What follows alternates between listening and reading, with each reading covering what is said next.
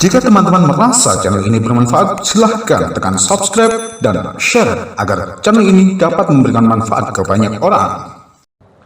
Jamaah sekalian, sallu ala Rasulillah. Kelahiran Nabi Muhammad sallallahu alaihi wasallam. Sebuah peristiwa yang cukup dahsyat. Apakah kelahiran manusia dahsyat? Kelahiran manusia dahsyat? Tidak, biasa saja. Kita semua lahir juga. Tapi ini beda sama yang beda. Beda sama yang lain sallallahu alaihi wasallam. Rasulullah sallallahu alaihi wasallam diceritakan sama ibunya Siti Aminah. Selama dia hamil membawa beliau sallallahu alaihi wasallam tidak merasakan apa-apa. Tidak merasa lelah, tidak merasa sakit, tidak merasa keberatan sebagaimana ibu-ibu yang merasa saat dia hamil. Dan di malam melahirkan Rasulullah sallallahu alaihi wasallam, ibunya Siti Aminah melihat mimpi. Ada yang memberitahu akan dilahirkan orang-orang yang amat mulia. Begitu dia dilahirkan, bacalah wahai ibunya, u'idhuhu bil wahidis samad. Di riwayat lain, u'idhuhu billahil ahadis samad min kulli syarri hasid. Aku melindungkan Allah atau berlindungkan orang itu kepada Allah subhanahu wa ta'ala yang Maha Esa dari segala keburukan, dari segala hasud. Ini sebuah doa untuk kita terapkan saat kita punya anak hari kelahirannya, untuk meminta perlindungan kepada Allah subhanahu wa ta'ala agar anak kita tetap selamat dan jauh dari hal-hal buruk atau jauh dari godaan syaitan dan jin manusia. Jamaah sekalian yang dimuliakan Allah subhanahu wa ta'ala, kata Siti Aminah, sekarang kita kembali, biar Siti Aminah saja ibunya Rasul menceritakan apa yang terjadi. Siti Aminah menceritakan saat kelahiran Rasulullah sallallahu alaihi wasallam keluar cahaya yang amat besar. Sambil dari cahaya itu membentukkan gambar. Terlihat dalam isi gambar itu kota Basra, kemudian Asyam, bagian Iraq dan bagian Syam. Itu tanda apa? Terlihat cahaya, karena di saat itu yang menguasai dua tempat itu adalah musuh Islam. Jadi tanda cahaya saat kelahiran Rasulullah artinya Islam akan sampai ke sana. Ini kabar gembira agar ibunya juga lebih tenang saat menghadapi memiliki anak seperti ini sallallahu alaihi wasallam. Dan yang lebih dahsyat lagi, kelahiran Rasulullah sallallahu alaihi wasallam bukan seperti anak lain. Langsung beliau dilahirkan ke dunia ini dalam keadaan sujud, mengangkat kepalanya ke atas, menunjuk jarinya kepada langit.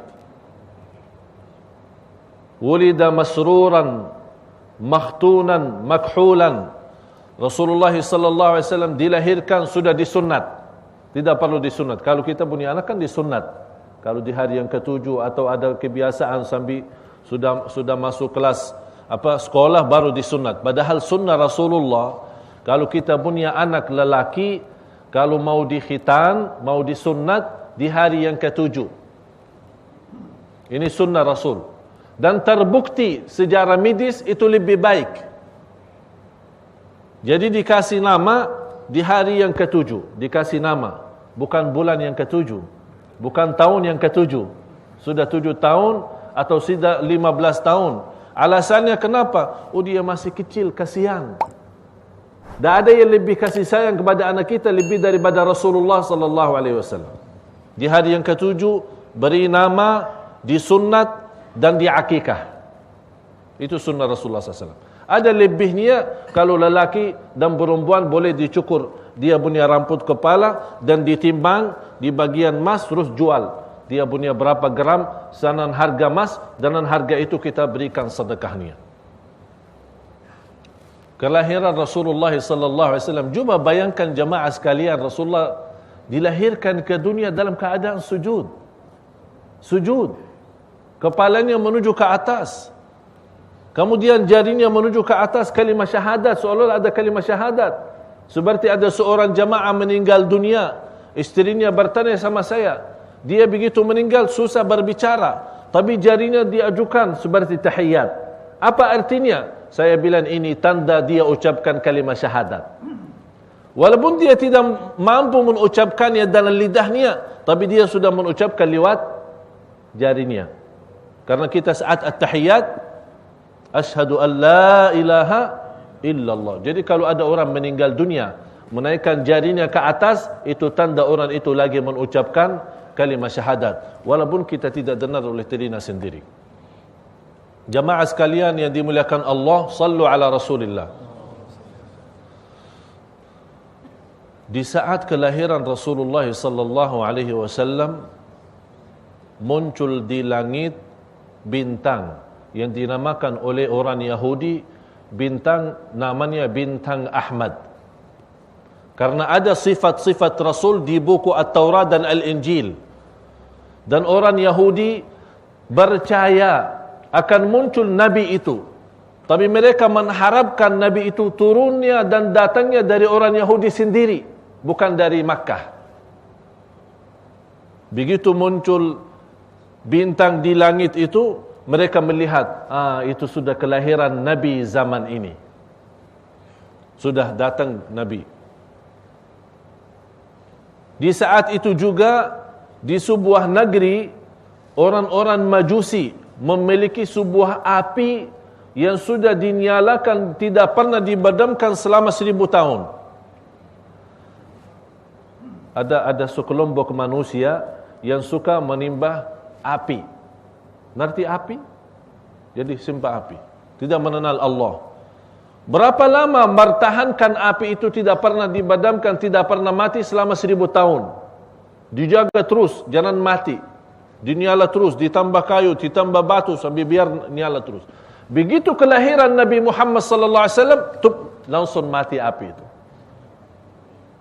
Allah Maha Kuasa. Termasuk kerajaan Kisra.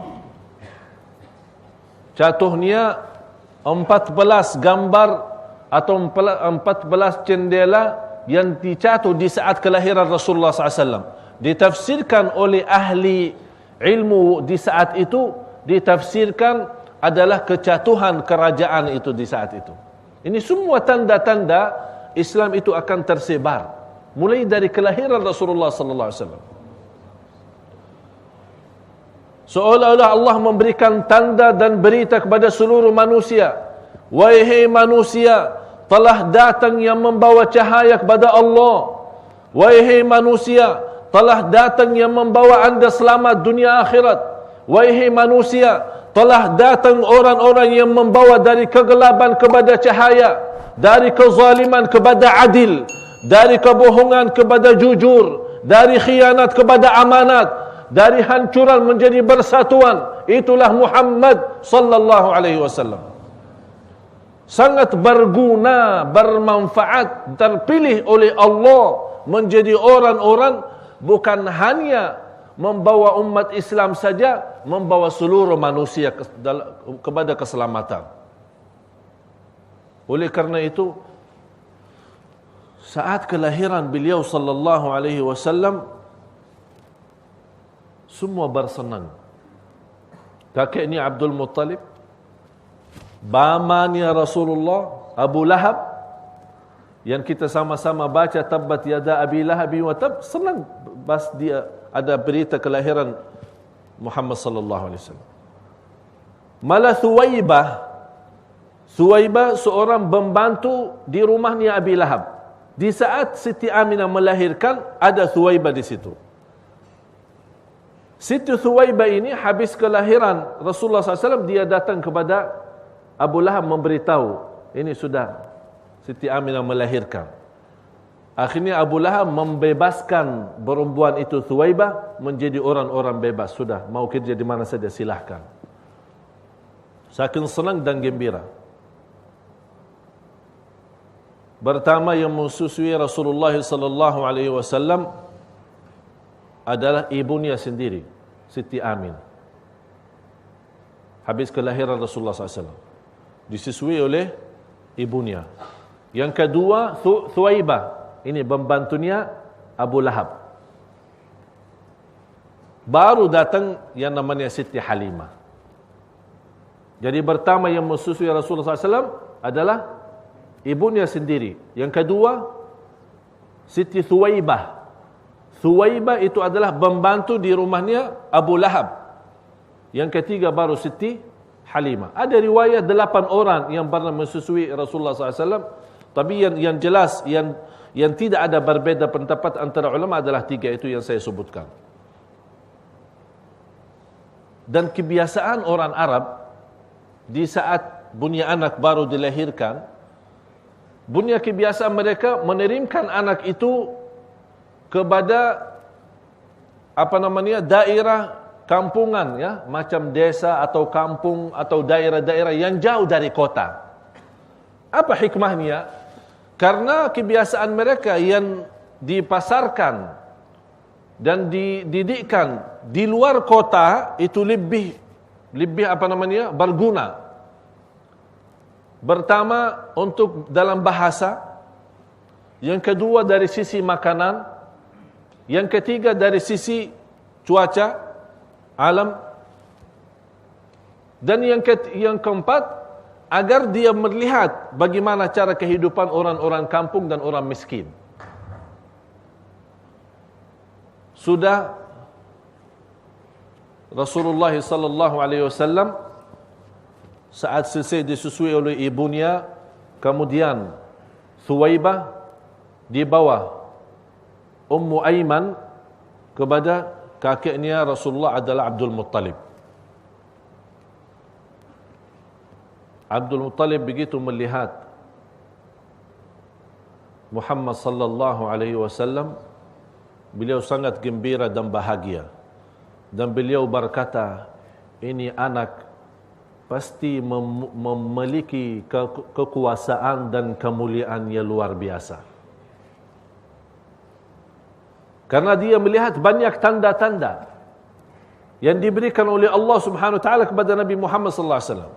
Jadi Nabi Muhammad sallallahu alaihi wasallam orang mulia sebelum jadi nabi. Sebelum terpilih menjadi rasul, sudah mendapatkan banyak kemuliaan dari Allah Subhanahu wa taala.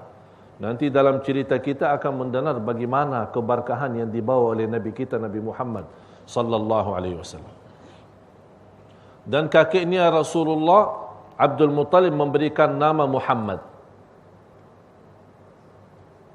Ditanya, kebiasaan di negeri Arab tidak mengenal yang namanya Muhammad. Abdul Muttalib, Abdullah, Abdul Izza, Abdul Ka'bah, Abdul Malik. Tapi kata nama Muhammad ini jarang ada. Orang bertanya kepada Abdul Muttalib, tujuannya apa diberikan nama Muhammad? Kata Abdul Muttalib, agar dipuji oleh seluruh manusia di bumi. Itu nama Muhammad. Huwa Muhammadun wallahu mahmudun. Huwa Muhammadun wallahu mahmudun. Artinya Allah mahmud, Allah memiliki segala sifat kesempurnaan. Segala kesempurnaan bagi Allah. Kita baca, Alhamdulillahi Rabbil Alamin, segala puji bagi Allah. Berarti hamda mahmudun Allah dan Nabi Muhammad Muhammad. Terpilih dari nama dalam sisi bahasa sangat luar biasa bagus. Oleh karena itu kita lihat macam di Turki, macam di Pakistan, macam di India dan beberapa negara Islam saking senangnya mengagungkan nama Nabi Muhammad sallallahu alaihi wasallam, kalau dia mau beri nama anaknya selain nama Muhammad tetap dibawa nama Muhammad. Misal dinamakan anaknya Ali, dipanggil Muhammad Ali. Dinamakan anaknya Ismail, Muhammad Ismail. Diberikan kepada anaknya nama Ibrahim, tetap panggilannya Muhammad, tidak boleh lepas. Mereka mengharapkan apa? Keberkahan dari nama itu. Malah seperti Imamul Ghazali, namanya luar biasa.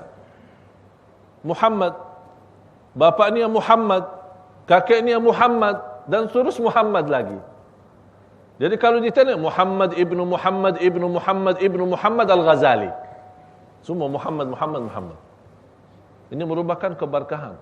Dan kembali kepada niat kita masing-masing. Kembali kepada niat kita masing-masing. Tapi yakin, nama juga bisa boleh membawakan banyak keberkahan bagi kita. Datang beberapa wanita dari kampung Bani Sa'ad. Ada yang bilang batasan di kota At-Taif. Kebiasaan kalau ada satu masa banyak kelahiran di Makkah, datang wanita-wanita orang kampung, orang desa di luar kota, datang kemari ke Makkah. Untuk apa? Mencari anak-anak yang perlu disusui. Semua datang kemari. Masing-masing dari wanita itu, di antaranya Halimatus Sa'diyah, Siti Halimah. Semua bawa. Ada yang mendapatkan anak masing-masing. Tapi setiap orang ditawarkan Muhammad sallallahu alaihi wasallam, tidak ada yang mau. Kenapa tidak ada yang mau ambil? Karena anak yatim. Dan semua orang yang datang, dia mengharapkan bapaknya memberikan rizki ya, uang ya. Kalau orang di masa itu, kalau saat disusui kan dapat ongkos ya, ongkos bayar berapa sekian. Tapi kalau bapaknya meninggal ya siapa yang mau bayar? Jadi tangkapan mereka yang namanya orang lelaki itu yang membawa nafkahnya, itu yang punya uang. Tapi kalau bapaknya tidak ada, siapa yang mau bayar? Akhirnya orang malas. Udah jalan-jalan. Siti Halimah sendiri begitu melihat kondisi Rasulullah SAW, ya tidak tahu dia ini Rasul. Dia tidak tahu ini yang akan memberikan keberkahan. Dia belum tahu. Terus dia kembali naik unta. Kalau di dalam sejarah namanya Attan. Untanya namanya Attan. Masih ingat cerita kemarin? Saya kan kebiasaan di negeri Arab dulu, setiap binatang diberi nama kan? Gajah itu namanya Mahmud. Ini juga unta yang sudah tua dinamakan Attan. Kedatangan Halimah naik unta dari kampungnya ke kota Makkah itu, baru lambat dia jalan. Sambil orang-orang yang berikutnya, kok lama-lama tak jalan-jalan? Ini kita sudah mau nyampe ini kok. Oh sabar sebentar, ini tak tahu sudah tua ini unta ini. Dah bisa, sudah boleh jalan. Sebentar, perlahan-lahan. Dan kata Siti Halimah, di masa itu termasuk salah satu musim yang paling kering. Faham paling kering? Artinya sudah lama tidak ada hujan, tidak ada hasil sawah, tanam-tanaman. Malah unta itu yang terkenal banyak susunya, sudah di masa tidak ada, susah. Kita mau makan dan minum susah. Dan beliau sendiri Siti Halimah membawa anak namanya Al-Harith. Ada anak masih kecil, masih anak bayi. Dia juga nangis terus karena tidak pernah bisa kenyang dari minum susu. Karena susu ibunya sudah kering juga, tidak boleh dapat. Karena jarang makan, miskin, susah. Terus berjalan. Akhirnya Siti Halimah berkata kepada suaminya, keadaan kita sudah seperti ini. Dan semua orang kampung saya masing-masing sudah dapat anak. Cuma tinggal satu itu, namanya Muhammad, anak yatim. Ya kita ambil saja. Pada kita pulang tak bawa siapa-siapa. Udah, mau bilang apa? Tidak ada jalan lain. Pada saya pulang, orang-orang lihat, ini tak bawa apa-apa, saya malu. Ya udah, bawa aja lah. Kata suaminya, bawa aja. Pada pulang kosong, lebih baik bawa. Terus datang bawa Nabi Muhammad.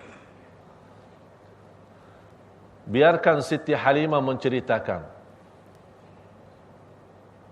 Biarkan Siti Halimah menceritakan apa yang dia dapat sesudah membawa orang-orang yang terisi berkah yang luar biasa. Kata Siti Halimah, begitu kita menggendong anak itu, langsung minum dari susu Siti Halimah. Yang sebelumnya, kata Siti Halimah saja sendiri, saya masih belum boleh mendapatkan banyak susu untuk anak saya sendiri. Tapi begitu gendong anaknya, Masya Allah sudah terisi dia punya badan. Masya Allah. Ini barakah. Rasulullah SAW minum susunya sampai habis. Kemudian Al-Harith yang sebelumnya nangis saja, tidak mendapatkan enak tidur karena lapar terus. Begitu dia bersama Nabi Muhammad SAW, sudah bisa boleh kenyang, kemudian enak tidur. Kata Siti Halimah kepada suaminya, oh anak saya juga ikut tidur, subhanallah. Ada berita baru, tapi mereka belum tahu. Belum tahu di situ ada tangan Allah. Ada kekuasaannya Allah. Karena mereka membawa seorang yang amat mulia, Muhammad sallallahu alaihi wasallam. Apa yang terjadi selanjutnya? Dalam perjalanan mereka sambil pulang kampung, dan banyak keberkahan yang didapat oleh mereka, dan banyak rahasia-rahasia sejak kelahiran Rasulullah sallallahu alaihi wasallam dan sebelum menjadi nabi, yang insya-Allah kita akan sama-sama mendalami dan mempelajari dalam pertemuan yang akan datang. Semoga bermanfaat bagi kita semua, dan semoga insya-Allah sebagaimana kita sama-sama berkumpul di majlis ini, mudah-mudahan kita sama-sama jumpa lagi di surga Allah bersama Nabi Muhammad sallallahu alaihi wasallam. Innallaha wa malaikatahu yusalluna 'alan nabi ya ayyuhalladzina amanu sallu alaihi wa sallimu taslima.